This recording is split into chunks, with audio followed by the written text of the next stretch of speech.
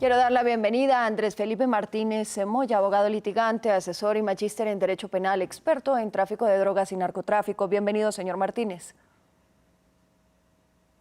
Gracias, Ana María. Un cordial saludo al equipo, a toda la audiencia de Cable Noticias.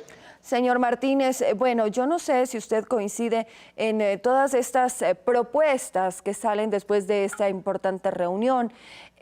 Veo que son claramente unas muy aspiracionales, diseñar alternativas de desarrollo económico en los sectores rurales que sustituyan la creación de cultivos ilícitos, pero ¿cuáles son esas alternativas? Incrementar los esfuerzos para combatir los delitos contra el medio ambiente y el lavado de dinero. ¿Cómo vamos o cuáles son los esfuerzos que se debe incrementar? Aumentar los esfuerzos de interdicción entre Colombia y Estados Unidos. Es decir, me parece que quedaron como unas propuestas dentro de una narrativa muy bonita, muy política, muy diplomática, pero poco práctica. Sí, claro que sí. En ese sentido tienes toda la razón. El contenido de las propuestas de la nueva política antidrogas que se denomina Sembrando Vida, Desterrando el Narcotráfico, tiene una naturaleza muy aspiracional. Algunas propuestas se pueden lograr en el corto plazo, como la prohibición total y permanente de la aspersión del glifosato, pero hay otras propuestas como la que tú acabas de mencionar, correspondiente a la sustitución de cultivos y la reconversión industrial de esas 115.000 familias que se calcula que se dedican en Colombia al cultivo de la hoja de coca. Realmente este objetivo es muy loable, pero en caso de lograrse será una cuestión de mediano y de largo plazo. Incluso, como lo señalaba el mismo ministro de Justicia, Néstor Osuna, en otras intervenciones, solamente se va a poder atender alrededor de 50.000 familias de esas 115.000, con un presupuesto aproximado de 21 billones de pesos que Bueno, pretende por el eso le gobierno. pregunto, señor Martínez, entonces, ¿qué pasa con esas familias restantes? Y usted decía el tema del glifosato. El glifosato no se ha utilizado en los últimos años y parte de eso vemos que estamos casi bordeando las 270.000 hectáreas de coca. Es decir, regresamos a antes de ejecutar el Plan Colombia. Ese es el retroceso que hemos tenido. Aquí no tuvimos un Plan Colombia. Entonces, estamos inundados de coca, estamos con una política de paz total por parte del presidente de la República que hace que las fuerzas militares no estén en toda su capacidad o en todo su potencial contra estas bandas delictivas del narcotráfico y del terrorismo. ¿Cómo vamos entonces a lograr recuperar territorios? ¿Cómo vamos a lograr llegar a donde esas 50.000 familias, que ya no son las más de 100.000 a las que usted hace referencia, que están sometidas por estas bandas delincuenciales? Pues en cuanto a la lucha frontal armada, digamos que no hay mayores novedades. Incluso la propuesta del gobierno es enfocarse en perseguir estas organizaciones armadas ilegales. Pero, repito, en cuanto al tema de reconversión productiva y sustitución de cultivos ilícitos, es una política que, en caso de poder lograrse, será el objetivo viable a largo plazo, por lo menos de una década, algo progresivo.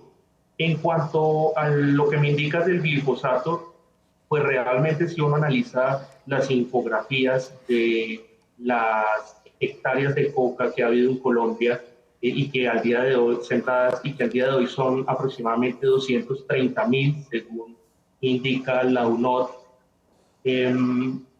y las toneladas que se exportan actualmente alrededor de 1.738, pues el glifosato, y eso sí es un punto de vista propio, no ha tenido peso en la lucha contra las drogas, ha sido un factor marginal. Si tú lo analizas desde el año 1999 que se empezó a implementar el Plan Colombia, la política del glifosato no ha disminuido Y exponencialmente entonces, estas señor cifras. Martínez, ¿a qué le atribuiría usted este incremento tan grande de sembríos de coca que tenemos? No, indudablemente a la política de prohibición estricta de del Plan Colombia ha aumentado las rentas ilegales y ha hecho que todos los otros factores ilegales de los grupos armados y ha hecho que todos los otros factores no tengan un peso determinante. Entonces, básicamente es por esa razón. Ahora, me parece que estamos abordando desde una óptica que es desde la producción, pero aquí también hay un actor importante que es el gobierno estadounidense, Estados Unidos, que son los mayores consumidores de cocaína, ¿no? ¿Cuáles son esas políticas para evitar el consumo o para evitar que siga existiendo ese mercado que a final de cuentas por eso hay la producción, si hay un mercado que lo está consumiendo? Sí, claro que sí. De hecho, es un problema bastante grave según las cifras del Centro de Consultoría en temas de salud de Estados Unidos y revistas científicas. Fallecen anualmente un promedio de 105.000 personas por sobredosis, principalmente de cocaína y en los últimos 2 años también por fentanilo. Entonces, indudablemente, pues es un factor que debe tener en cuenta el gobierno estadounidense. De hecho, ha sido así. Canales de comunicación o enlaces con el gobierno, como el secretario de Estado Anthony Blinken, han expresado de forma clara que el gobierno estadounidense está interesado en hablar, en reformular todos aquellos aspectos importantes para una política de drogas. Sin embargo, hay unos puntos específicos, como el que tú enunciaste, de la reconversión de cultivos ilícitos y el tema de la extradición, que es poco probable que el gobierno americano ceda o tenga un consenso parcial o total en estos puntos. Sí, pero ¿sabe qué, señor Martínez? Después de estas cumbres o de estas reuniones bilaterales, sí me queda ese sinsabor de que a los países productores se nos está exigiendo, se nos está diciendo, ok, cuáles son los compromisos, las estrategias y cómo lo van a hacer. Mientras que ellos o otros países como consumidores dicen, pues sí, nos preocupa, las cifras son, pero no veo unas políticas claras para bajar el consumo o para enfrentar o para afrontar esa problemática, ¿no? Sí, claro. De hecho, esto se trata de una discusión multilateral. Si bien esta nueva política antidrogas ya está aprobada por el Plan Nacional de Desarrollo, que es la Ley 2294 del 2023, realmente esto no va a tener ningún peso o incidencia si no se llega a un consenso, a un acuerdo multilateral donde esté incluido Estados Unidos principalmente, que es el mayor consumidor de cocaína del mundo. Considero que sí, hace falta voluntad política para avanzar también en la reducción del consumo interno de Estados Unidos y también no solamente en la cocaína, sino en otros estupefacientes como el fentanilo. De acuerdo, señor Martínez, lastimosamente se me acaba el tiempo, pero creo que este es un tema que tenemos que repetirlo, que tenemos que volver a conversarlo por la profundidad y porque claramente para Colombia este es uno de sus temas principales y primordiales. Que tenga un buen día.